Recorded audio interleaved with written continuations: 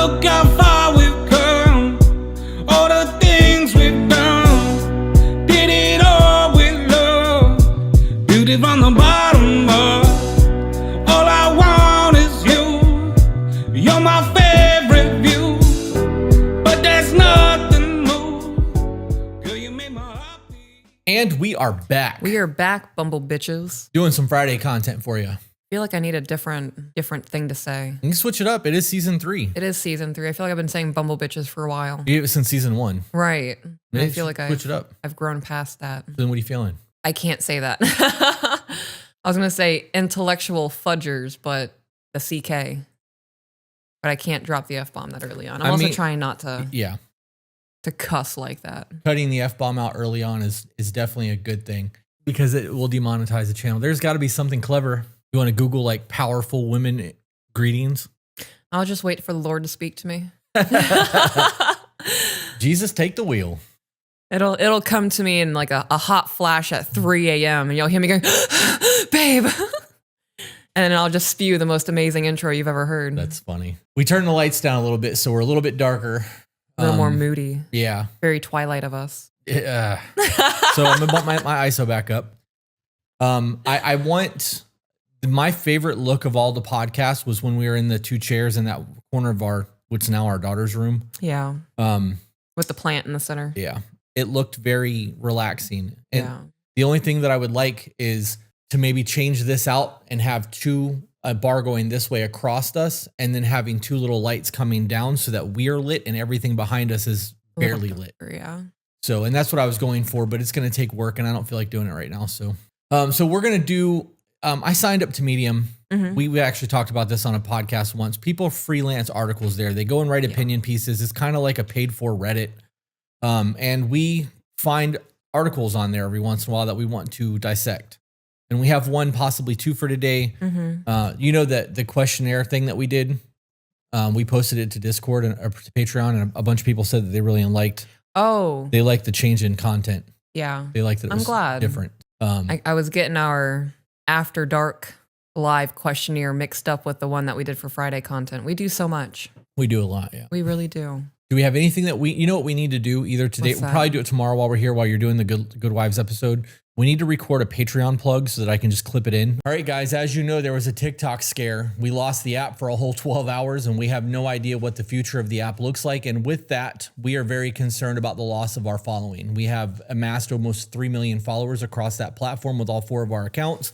And we are trying to push people to other social media platforms so that in the event that anything happens on one app, we have multiple other backup plans. If you want to make sure that you're not missing any content, we highly recommend that you check out our Patreon. On Patreon, we have multiple tiers to choose from.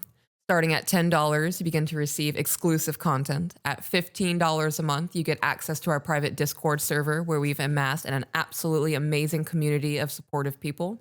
And beyond that, we have other tiers to check out, along with my 2 private women's group, if that's something you may be interested in.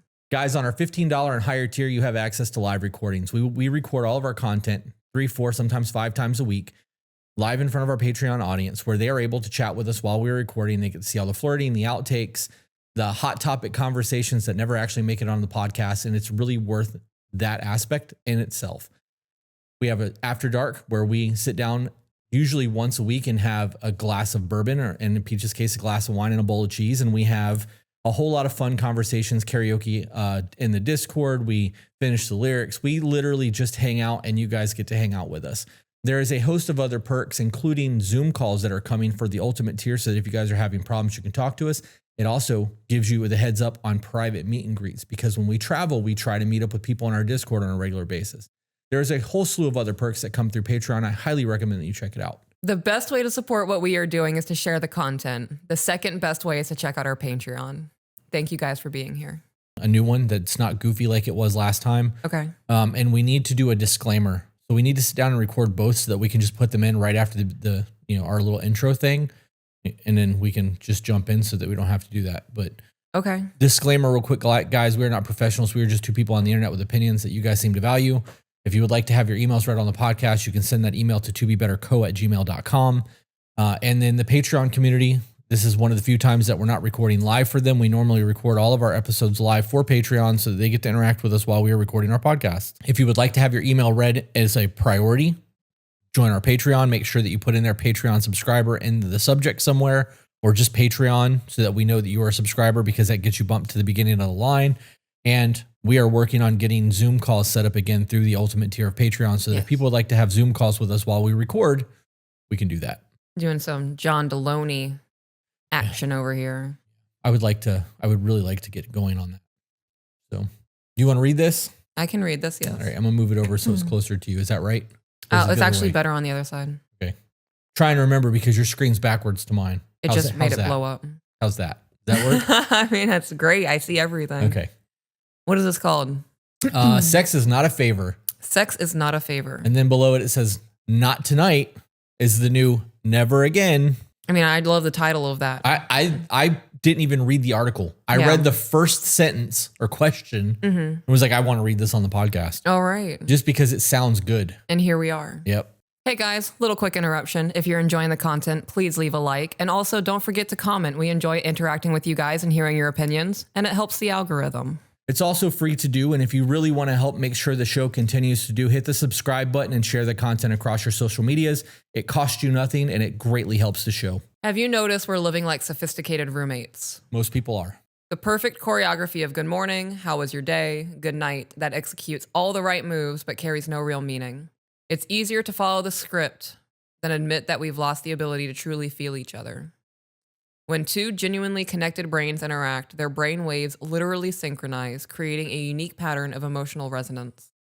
But how long has it been since you really resonated with your partner? This is why people finish each other's sentences. And you see it a lot more in friends than you do in partners. Why is it that we can keep friendships, best friends, for decades, but can't hold a relationship for more than a few years? Because you're not holding your friends to the standard that you would hold a life partner to. Right. Because you don't, the expectations or the unspoken, you know better than that. Yeah. You don't try to possess your best friend the way that you try to possess your partner. And I truly believe that we would never make demands of our best friend the way that we make demands of our person. And or talk to them or belittle them the same way. Right. You might get frustrated and talk shit to one another, but like it's a different scenario when you're actually in a relationship with someone. But I also thought, how long has it been since you really resonated with your partner? It was like literally right before we sat down. Yeah. We take that time. Yeah. Even if it's a minute interaction. Continuing on. Not that mechanical conversation about bills and commitments, but that visceral connection that makes your nervous system vibrate in sync with another human being. The data is ruthless. Couples in genuine connection show elevated levels of oxytocin and decreased cortisol, while empty relationships maintain a chronic state of oxidative stress that literally poisons our bodies cell by cell. Have you noticed how it's easier to have deep conversations with strangers than with the person who shares your bed?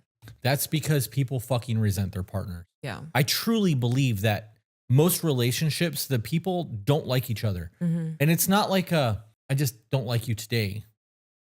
It's a fuck, I'm waking up next to this person again. Right. But I don't want to start over. I'm 45 years old. What if I have to start over? I'm 23 and I can't afford to live on my own. So I'm just going to stick it out until somebody better comes along. Like he tells me that he still loves me even though he treats me this way. Right. So I'm living on that hopium.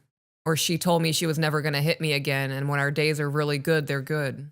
How can we be more vulnerable with a therapist we see once a week than with a person who supposedly knows our soul? I don't think people actually show their souls to people. I think they sell a version of themselves that they think the other person wants to buy. Yeah. Yeah, it's putting that best foot forward in the beginning. Not even the best foot forward. I was that person who used to like lie about hobbies because I thought that it would get the guy that I was interested in me. And that's not something that I could maintain. Like, I'm not going to work every weekend on a truck. Right. And if I'm with a dude and he thinks that he's like bagging the perfect chick who's super into cars and knows all about engines and changing oil and shit, you might get 3 months out of that with me. Yeah. And then I'm going to revert back to my plants or reading or going on hikes. And then all of a sudden, well, you're not the person that I fell in love with. Well, I really was never that person. I just faked it so that you were interested in me.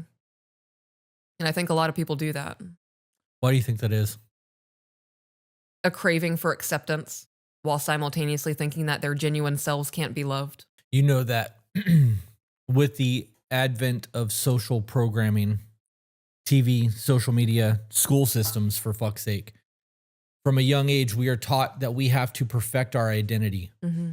We have to make ourselves appear a certain way to fit into whatever group that we are trying to fit into. And this is why you see people chameleon, because they don't know who they are. They are looking for that community that will accept them and love them. And like you said, sometimes it's under a false narrative. Yeah. And then when they revert back to who they think they might be, or they change to the next thing, they lose that friend group. Mm-hmm. That speaks to a whole lot of psychological nonsense. But Yeah. it's important to recognize that you need to spend time alone to find out who the fuck you really are. Yes. People who go from relationship to relationship to relationship, whether it be intimate relationships, friendships, or whatever the case may be, they never family relationships. They never spend the time necessary to learn who they are and what they like and what they want because they're afraid of being alone. Continuing on. It's because we've created a perfect system of emotional avoidance. That silent agreement where no one touches open wounds, no one mentions abandoned dreams, no one questions the comfortable mediocrity that has become our norm. We develop a frightening tolerance for emptiness, like addicts to a drug that no longer gives us pleasure, but we can't let go. This emotional death is contagious. So she said that silent agreement where no one touches open wounds, no one mentions abandoned dreams, and no one questions the comfortable mediocrity that has become our norm. We just had one of those conversations. And that's not a fun conversation to have. No, it's not. I would rather you notice an open wound and try to help me bandage it versus letting it fester. We are here to support one another. And if I'm not taking care of my wounds, I would hope that you would want to help me take care of them. But that's also on me to not bite the hand who's trying to help. So many people get, what's the word? Touchy is not the word. Sensitive, maybe? Well, you know I've been in a really weird headspace for the last 2 weeks. Why would you bring up that I've never opened my sewing machine? Right. Which is something that I haven't done yet. But I'm getting there. It's been 2 years. It has. It's been 2 years. It has not been 2 years. We bought the sewing machine when you started riding motorcycles again. Nah, I think it was before that. No, because you're like, I want these patches. I think it was when we got them Jinkos. No. And I was like, Jinkos are going to be too long. And you're like, I can sew them. I'm like, yeah, you can sew them. I was like, I'll buy you a sewing machine. And I did. And it's been sitting. You bought the sewing machine because you wanted patches on your vest for your motorcycle. I think you're wrong. I think we're going to agree to disagree on this All one. right. But the point is, I still haven't opened my sewing machine. And there's every once in a while when my husband's like, so it's just sitting there still. And I could be super shitty and take it personally and be like, well, I'm busy with things. You know I have a lot going on in life. Why would you pick at that open wound? I'm going somewhere with this, Okay. I promise, right?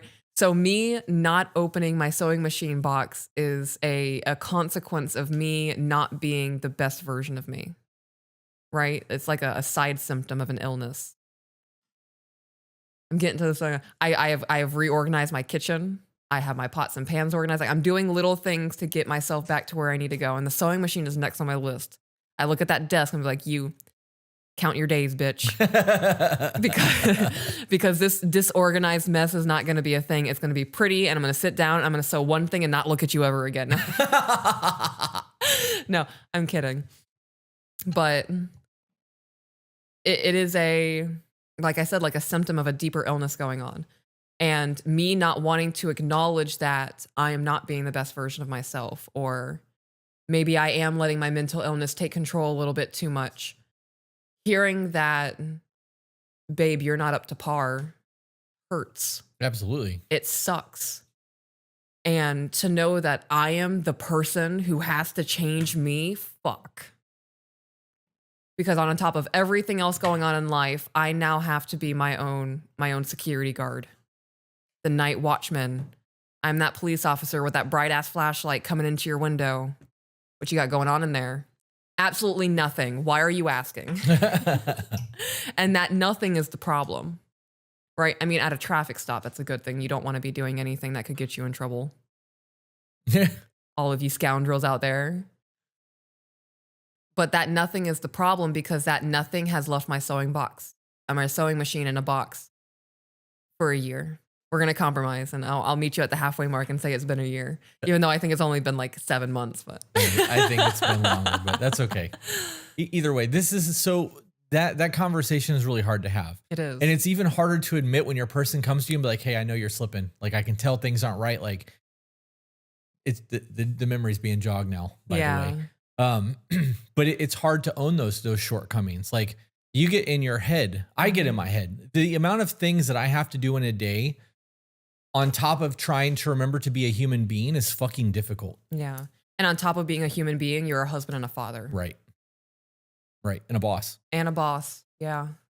It is a lot. And on top of that, you know, I'm dealing with my own mental health now. Is that an excuse? Absolutely not. No. It means that I need to slow down and prioritize things. That means that I need to do another time on it. That means that maybe I have spread myself a little bit too thin and I need to start delegating responsibilities to another person. Like, there's a whole lot of things that can be spoken on when it comes to that.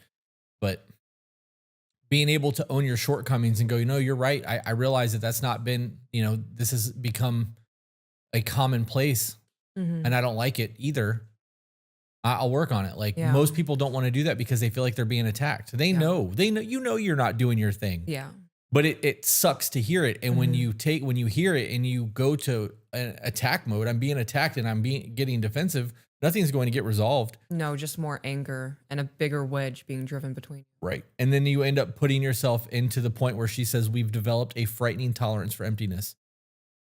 Yeah. She did say the emotional death is contagious. And I was going to touch on that, but I was waiting because I could tell that you were processing thoughts over there. Yeah. That emotional death is contagious. That is why you have to be careful of your friend group. Yes, 100%. If you are a married woman that hangs out with 3 women who are currently in the process of getting divorced, who is divorced and is dating again, you're going to start looking at your life very differently. Greener on the other side. It is. Well, it's greener where you water it. Yes. It's greener over someone else's septic tank. Mm-hmm. This is going to be my last point, and then we'll continue on. Those open wounds can look like you don't make the bed anymore, or you've slacked on spending time with the family. When you're home, you're on your phone more. Those conversations have to happen. And a lot of defensiveness will come to the surface. We see it in emails all the time. Every time I try to ask them to stop playing the video games, she's nagging at me, guys, I got to get off. Right. There's an anger there. And it's because they know that they're lacking in something else. And all of that is a deeper conversation of what's going on in you and what's going on in our relationship. Not you're doing this to me and you're making me unhappy. Speaking on that video game thing, I've thought a lot about that video game email. Mm-hmm. I've actually thought about it a lot because we do game here and there. Yeah. It's not like daily. It's not 8 hours a day. Like it is maybe 7 hours a week. Maybe. I think it's probably far less than that now. Yeah. There was a short amount of time when we were both fucking hurt. Yeah. That's what we did because we couldn't do anything else. Yeah. But as soon as we were able to start living our life again, that shit stopped. I think that situation where, guys, she's fucking nagging me again, I don't think they want to be there. Like, he's home because it's easier for him to be home playing video games and go to the bar because the conflict is going to be a whole lot less. But I think that escapism used to that degree where people are fucking at odds over that thing, the person doesn't like their person anymore. And again, that's what this comes down to. Yeah. I truly believe that people don't like their person. And if you're not happy and you can't get back on the same page, I literally just made a TikTok about this yesterday, like a 5-minute TikTok. I even put it in my vlog. Yeah. Because somebody was like, we've grown apart and we can't go back to the way things were. Of course you fucking can't. Right. You're supposed to grow. You will never be the person you were in your 20s. You're not going to be the person you were yesterday. Something new is going to develop. It's going to change your perspective on things. And the same thing is going to happen to your person, and it could be something totally different. Mm-hmm. And if you don't have the discussions anymore and all your talks are about the bills or the kids or college. Or you're fucking playing video games again. Right. There will never be a reconnect. Mm-hmm. The connection that happens during the courting phase is, what would you do at work today? Well, who's Susie? Oh, that's your best friend? Okay, cool. What's she like? You know what I mean? Like, we are divulging all of our shit to like try to find common ground and new things to talk about. And over time, when that goes away and you're just talking about work or bills. There's nothing there. Like what are your partners? If you can't tell what your person's current hobbies are, you're not connected. And that's a good thing. Text all of you right now, text your person and be like, hey, what is my current passion? And see if they can answer it. And if not, there's a fucking disconnect in your relationship. Don't do it. Asshole. Well, now I'm curious because I've gone through this because this week will make 1 month of me being in a really weird headspace. And I've let myself slack on a lot of things. I have been doom scrolling and not doing any of my hobbies. So even if I were to ask you, what am I interested in right now? I can't answer that. I can. Yeah? Yeah. You are cooking. You're trying to get our health back in order. You're doing all kinds of new like blender and whipped cream and like. Yeah, I am doing that. I'm paying attention, babe. I see what you're doing. I am absolutely paying attention to you. And then the vlogging thing is new. And like you're enjoying that because you're using it as like a journal or a therapist even. Yeah. It comes down to paying attention. It literally, you just have to look and see what your person's doing. You're writing a lot. You are journaling a lot. Like, yeah, I'm trying to. I'm also trying to get my book going. That's on my thing to get done this year. I have to print that out for our vision board. Thought you were going to get one over on me, didn't you? Maybe. Try again. You know, I want to, I'm not trying to copy you in the things that we do in life. I don't want it to ever come across as that. I want us to be a power duo. We are. Power dynamic. And like, if you're an author, well, how dope would it be if we're both an author? Right. Right? Like, that's something that we can both individually say that we've accomplished. And that's something that we supported each other in our marriage. Well, we can say that already. Yeah. Even without the author, both of us being one. That's why I want you to read I want you to create a forward for my book. And when we do the audio book, I want you to sit down and record like a 5 or a 10-minute blurb about whatever it is that you feel. And then Zach and I can jump into the audiobook aspect of things. Okay. You were very much a part of that. There were a whole lot of, I don't want to do this. And you were like, babe, just get it done. You'll feel better if you do it. Like there was a lot of support that came through that. That makes the power couple. So us both having the title of author would be cool. Right. But I think your book passion and my book passion are two different passions. 100%. So it wouldn't matter. Like, you being an author is not going to be a self-help thing. You want to write crazy fucking thriller stories. Well, I think it would still be a self-help thing. My goal in writing that book is hopefully to help women realize that they're missing all of the great things of their man in front of them. Alan Watts said that if you understand Zen, you can find it in any book.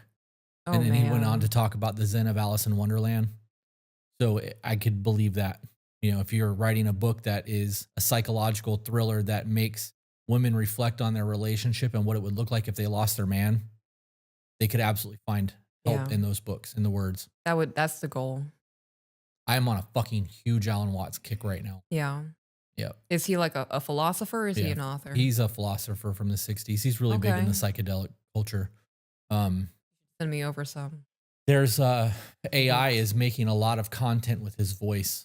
And when you listen, you've heard me listen to it. It's very crackly because it was recorded in the 60s on an old ass recorder.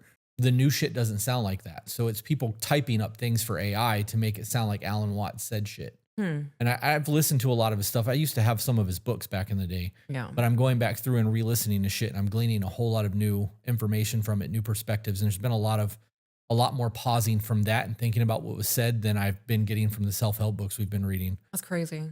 I truly believe there's about to be a big shift for us. I agree. I think that with everything that's happened, the conversations that we've had, the goals that we've set, and now this life-changing trip that we're getting ready to take, I think a lot is going to happen. I'm going to start crying. I really feel like there's something inside of me that is like subconsciously blocking me, and I don't know what it is. And I feel like this trip is going to help me. And I feel like after this trip, there's going to be a new connection between the two of us. I think so too. And I'm really excited for that. We're doing an ayahuasca retreat. Oh, I didn't know if we could just say that. Fuck it. I mean, it is what it is. The worst that's going to happen is they're going to demonetize a single video on our channel. We've never gotten a strike. Yeah. But this is medicine. It's not like we're going to just fucking go out and get wasted. Like Yeah. there's reasons for this. It's going to be a whole ceremony. And we have people that have done ayahuasca retreats in the past. Troy's coming down. Him and his wife are coming to like be a part of our ceremony, which is super fucking cool. Oh, his wife is coming too? They both are. She just did her first ceremony last month. Really? Or this month, earlier this month. He told me last night. I can't remember. It was recent, within the last 30 days. But that technically could have been last month. Yeah. I think a conversation with her before going into that would help me. Yeah. Well, that was her first time ever doing anything too. So not that a man's experience doesn't matter. A woman is just more relatable to me. Yeah. So. Yeah. Let's get back to this. We're 25 in. Each time we swallow unspoken words, each time we pretend not to see the pain in the other's eyes, each time we choose the comfort of routine over the courage of vulnerability, we're teaching our brain to settle for less. So we're training ourselves as well as the people we're with. Yeah. Damn. Yeah. That is actually something that I recognized in myself over this growth period from the last few weeks. I was swallowing unspoken words. And it's not that I was choosing the comfort of routine over the courage of vulnerability. I felt like me not voicing things made me self-sufficient. Because you already have so much going on your plate, I don't want to be another thing that you have to worry about. And that's one of the components of the struggles that I've had. But recognizing that I can't be self-sufficient with mental illness. I mean, I can, but it's damaging. Well, that speaks to choosing your battles, right? And if we're supposed to be a team doing this together, it's not your battles, it's our battles. Yeah. And we're supposed to be fighting this together. And if I'm doing things or you're doing things that is disrupting our pond, and we are constantly, we're starting to get to the point where we've got wake going on instead of just calm waters. Yeah. Something has to give. We can't live like that for very long. Right. Continuing on. It's a vicious neurological cycle. The less we allow ourselves to feel, the smaller our capacity for emotional processing becomes. I mean, that makes sense. Emotionally disconnected couples show atrophy in the brain areas responsible for empathy and deep emotional processing. I wonder if that's an actual thing. We're about to find out because I'm going to search Google for that. Yeah. Because that's... Yes, research suggests that couples experiencing significant emotional disconnection may exhibit reduced activity or atrophy in the brain regions associated with empathy, and deep emotional processing, particularly in areas like the anterior insular cortex, anterior cingulate cortex, and the medial prefrontal cortex. Crazy. That is absolutely insane.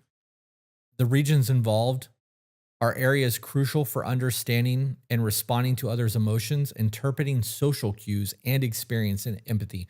Okay, so we know because of Dr. K, the healthy gamer, he said that our brain, the social part of our brain is atrophying because we are no longer having social interactions in person. Right, it's all Everything on the is done internet. digital now. So we don't have the cues of body language. We have a harder time understanding threat assessment. We have a hard time assessing tone. Yeah, there's a whole lot of things that play into that. And because that part of the brain is atrophying, we are becoming less social creatures. I actually think it's making us dumber. Oh, I agree, 100%. This says that the impact on behavior, this brain atrophy can manifest in behaviors like difficulty communicating emotions, reduced ability to understand partners' feelings, and decreased intimacy. Crazy. Well, I was atrophying my own brain, babe. Yeah. Thank you for not allowing me to do that. I really appreciate that you're willing to have hard conversations with me. I never want to be that person where you can't come to me about the things that I'm doing. I don't want to ever wake up and not like you. I don't want that to ever be a thing. So if I have a hard time with what's going on in our life, I'm going to say something so that I don't wake up and feel that way. Even after we've had a fight, like the next morning, that gratitude is there that like we both woke up and we get a whole new day together. Like I'm not letting that shit continue the way that people drag fights on for weeks. I'm not that person. I can get over something really fucking quick. I'm getting to that point. But I also never want to wake up and not like you. I never want to look at you and be like, that's who I fucking married. Is this how I envision my life? Right. Continuing on. Most people will read this text, feel that familiar discomfort in their stomach, maybe even share it with some friends, and then nothing. They'll return to their carefully constructed routines, their patterns of emotional avoidance, to the lukewarm comfort of rational mediocrity. Oh, relational mediocrity. It's comfort. Can I do this on my own?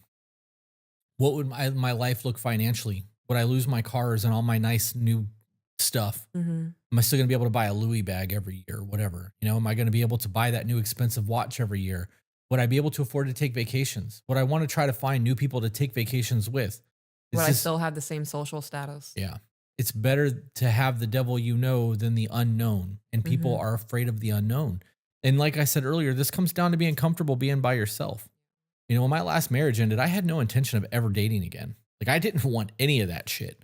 I didn't want to go through another whole ordeal of courting and trying to get to know somebody and the risk of what I would lose in the event that I got with somebody, the taken advantage of and all of that bullshit. And like, our circumstances were very unique, especially amongst today's dating. Yeah. But I get it. I fucking get it. You want to get in that comfort. That fear of all of that is very real. Continuing on. Yeah. Because change hurts, growth burns, transformation requires us to face all the monsters we've hidden under the relationship's bed. And who is really willing to face that level of brutal honesty with themselves? How much of your life have you spent pretending everything is fine? How many times have you swallowed your true feelings to keep the peace? How much longer will you invest in a relationship that exists only on the surface? Shit's heavy.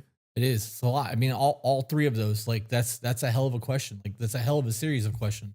That level of brutal honesty with yourself is where change happens. Yes. And that comes with not taking anything personally and recognizing that the person that you're with, if you pick the right person, right? Because the most important decision you will ever make in your life is who you choose to marry. So if you chose somebody who genuinely loves you and cares about you, in those hard conversations, that doesn't go away. No one's coming to save you. No. And if you're not willing to save yourself, you're done for. Be prepared to self-rescue. Yes. Right? Like this is that. Speaking of no one's coming to save you, guys, I wrote a book. It's on Amazon. Christopher Burkett, No One's Coming to Save You. There's a picture of me on the cover holding a sign that says, "Don't give up." Highly recommend that you go check out my book. Your name looks really sexy written on the front of a book like that. Yeah. Yeah. I like it. Started reading your book in the mornings instead of going on my phone. Have you gotten through labels yet? No, not yet. I'm getting a page or two down, and then I have to get the kids going. And I'm still working on my mental health to not doom scroll. Yeah. That's definitely become less of a thing. You should put the book in the bathroom. Oh, that's a good idea. Instead of being on my phone. That's smart. That's smart. Back in the day, we read shampoo bottles. You know? I remember doing that. Perfume bottles. And then I would read the whole shampoo bottle, and then I have nothing else to read. So I'm reading the same thing over again. And I'm like, oh yeah, triglycerides and shampoo. Crazy. Continuing on, the choice is yours. Continue in the comfort zone of slow emotional death, or have the courage to resurrect what can still be saved. Because you can have a new relationship with the same person. Yes. Every minute of silence is an active choice for disconnection. Every avoided conversation is a nail in intimacy's coffin. The most painful regret won't be for the words spoken, but for all those that died in your throat. This has to be cut. I had a thing to say. You can reread the thing. Take a break. Let's get back to this. Focus, woman. I need to get like a little motorized scooter or something to take me to the bathroom. You've actually asked for that. I have. Or like that, you know, those chairs that people push the button, it takes them up the stairs, but to our bathroom. Yeah. Back to the email. I know. I want to say something else, but you're just going to keep kicking my shin out from under me. Probably. You're kicking my shin and I'm like, Daddy, please don't stop. I love it when you fluster me. It makes me feel loved. Okay. Oh, I remember what I was going to say. Every avoided conversation is a nail in intimacy's coffin. The most painful regret won't be for the words spoken, but for all of those that died in your throat. I really didn't realize how badly I let myself slip this last month with my mental illness and depression. You know, I've said this multiple times over the last few days. I also have stopped gardening. Right. Gardening. So that this last month of me facing my borderline and having hard conversations with you is the first time I've done this in a relationship sober. It's also the first time that you've ever done this in a relationship. Yeah. So reading this is hard. I did not, like I said, I didn't realize how badly I had allowed myself to slip because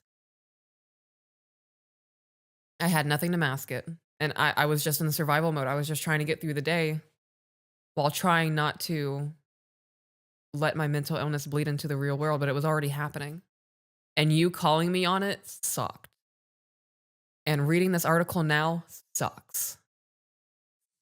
But it feels good to be on the other side of it, knowing that I'm better than that. Yeah. Like, I'm not allowing that to be a thing anymore. I have a lot of conversations with the women in my women's groups. You know, not all of their relationships are perfect. There's no perfect relationship, but a lot of the ladies are struggling.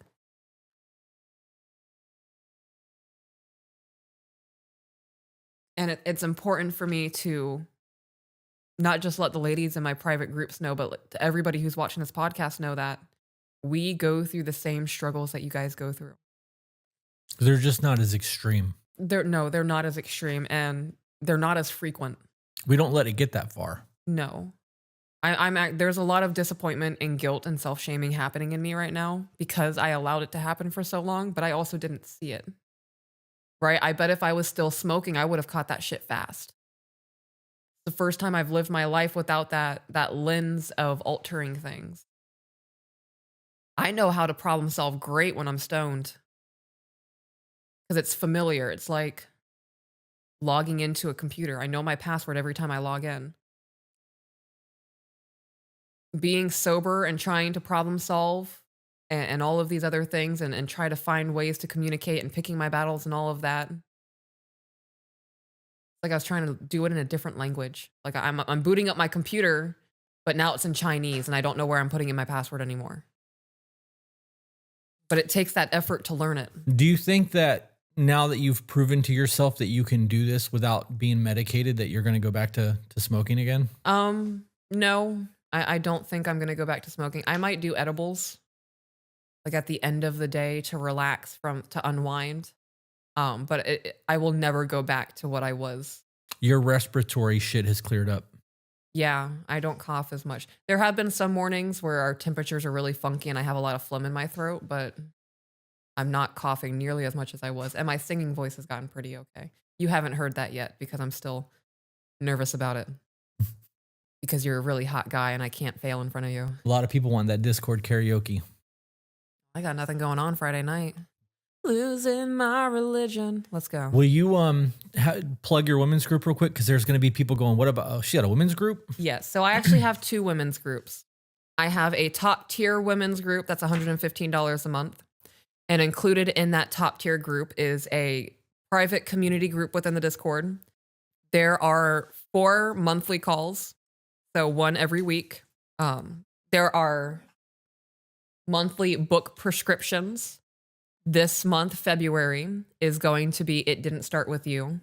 There are weekly challenges based on the book that we are currently reading.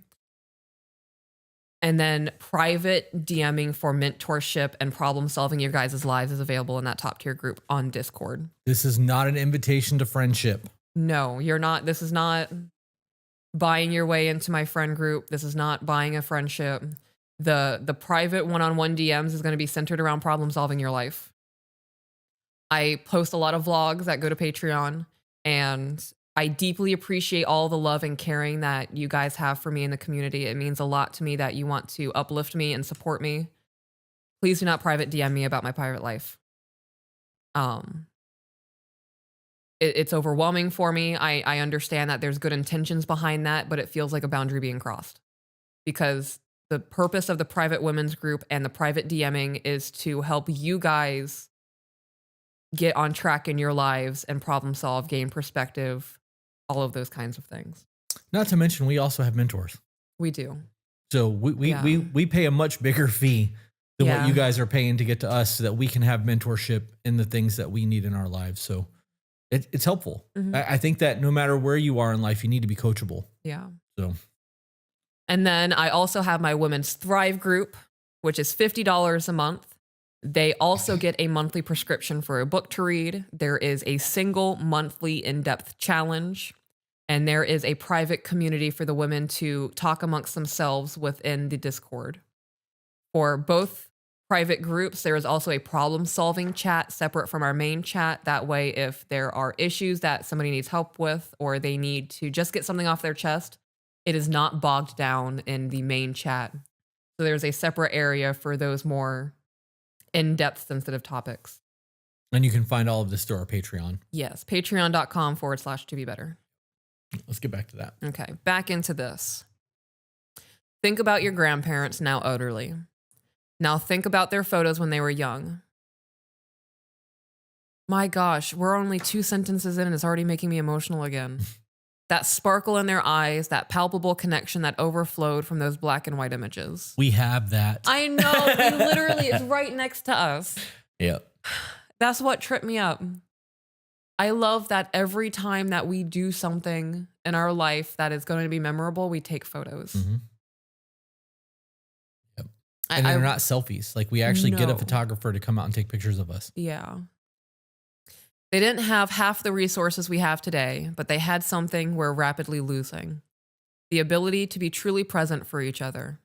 Now look at your relationship. Where you're oh, fuck me. Will your grandchildren see that same sparkle in your photos 40 years from now? Mm-hmm. Or will they just see 2 strangers? Fuck me. Or will they just see 2 strangers posing side by side, trapped in an empty routine that they called love? Time is passing. Every second wasted is disconnection in a moment of genuine happiness that will never return. Your children are learning what love is through your example. What kind of emotional legacy are you building? The good news is that there's still time. You can still rescue that initial spark, that chemistry that made your heart race the first time you saw each other. It's not about grand romantic gestures. It's about small daily choices of presence and connection.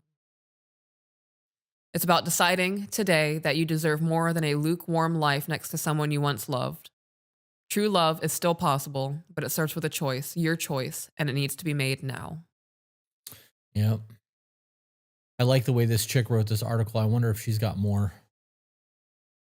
Damn, she's got a lot of them. She has 2. Oh, that was just an ad.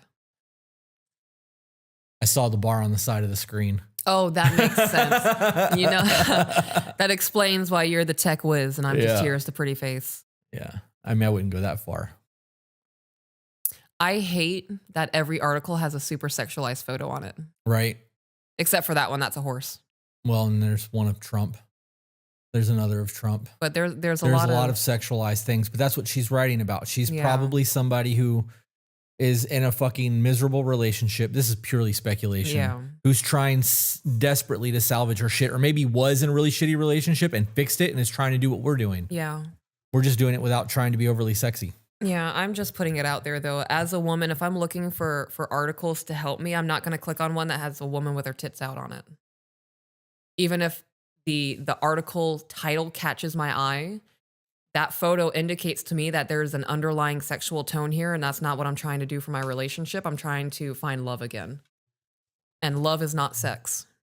No, it's not. Do you want to try to do one more quickly? This says it's only a 4-minute read, but I think it would take us a whole lot longer to get through. How long are we into this recording? 47 minutes without the cut. So probably 40 minutes. Are you okay with this being a 40-minute episode? I would like to eat. Yeah, sure. I don't want our food to get cold. Okay. With that being said, guys, remember you are the author of your own life. So grab a pen. And we will see you on the next one. I have a question before we actually sign off. I want them to hear this. Do we say so grab a pen because it's like a super permanent thing? Because once you make your actions or say the words that you say, you can't take it back? No. Okay. Well, I just had that epiphany because we could always say just grab a pencil, but there's an eraser there to get rid of mistakes. But we don't want to erase mistakes. We want to acknowledge them and change them. Well, you do acknowledge them and change them by erasing them and fixing it. That's the point of the eraser. I just went into a whole thing. It's to fix your mistakes. Bye, guys.